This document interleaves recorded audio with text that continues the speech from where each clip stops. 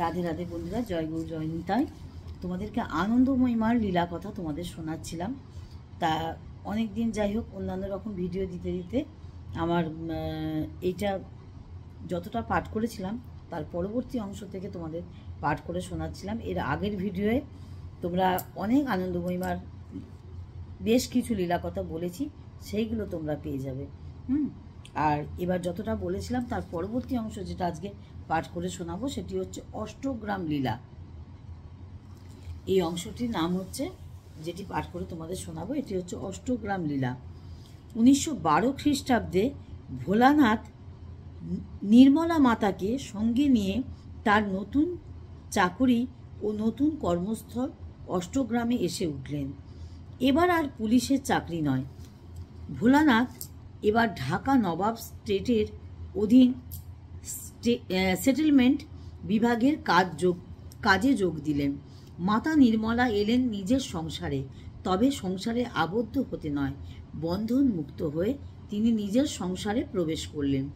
লোক সমক্ষে এখানেই তার পরিচিতির পালা শুরু হয়। পুষ্পের সৌগন্ধ পবন যথারীতি বহন করে নিয়ে চলে। বিশ্বমাতার অঙ্কে যার অবস্থান, সংসার তাকে সীমাবদ্ধ করে রাখবে কি করে? বিশ্ব মাতার অঙ্কে যার অবস্থান, সংসার তাকে সীমাবদ্ধ করে রাখবেন কি করে? এটাই এখানে বলা হয়েছে।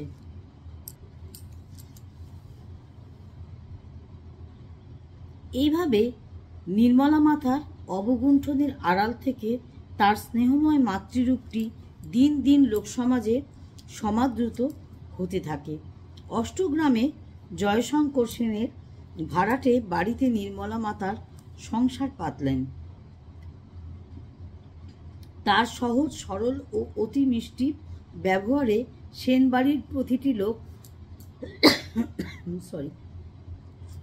সন্তুষ্ট হলেন।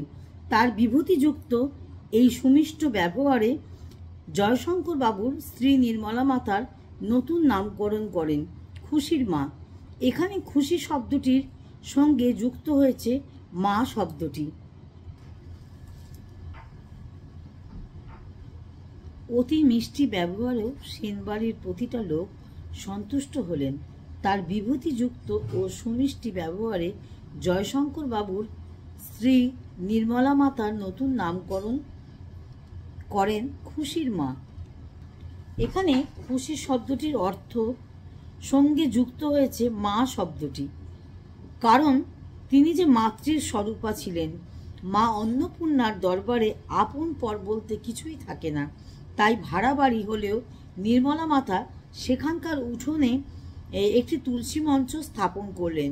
সানন্দে সবাই তার ইচ্ছেকে স্বীকৃতি দিলেন।